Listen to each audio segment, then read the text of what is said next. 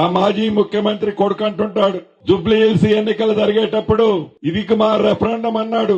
అక్కడ Jubilee hills లో కర్రు బాగా ఎర్రగా కాల్చి వాత పెట్టారు. గ్రామ పంచాయతీ ఎన్నికలు మాకు రెఫరెండం అన్నాడు.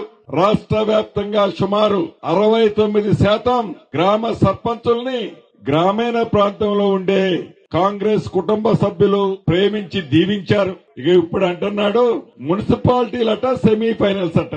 ఈ సెమీఫైనల్స్ లో అతను గెలుస్తుడట. గెలిచి మళ్లీ అధికారంలోకి వచ్చి అప్పుడు ఈ పోలీసు వాళ్ళని ఈ కలెక్టర్ని పేర్లు రాసుకొని ఎంటబడతాడట. ఒక్కసారి ముఖం అద్దంలో చూసుకో. ఒక్కసారి నువ్వు మంచం మీద పడుకొని ఆలోచిస్తే ఏ ఉద్దేశంతో మళ్లీ నేను తిరిగి అధికారంలోకి వస్తానని ఎట్లా కలలు కంటున్నావో నీకే అర్థమైతుంది. నీ సెమీఫైనల్స్ ఆట మా భూపాలపల్లి మా అన్న ఉన్నాడు, నువ్వు ఆడతావా, నీ తొత్తులు ఆడతారా? ఇక్కడ ఆడు, ఏం గెలుస్తావో చూద్దాం, అప్పుడు మాట్లాడతా. ఇది రెఫరెండమే.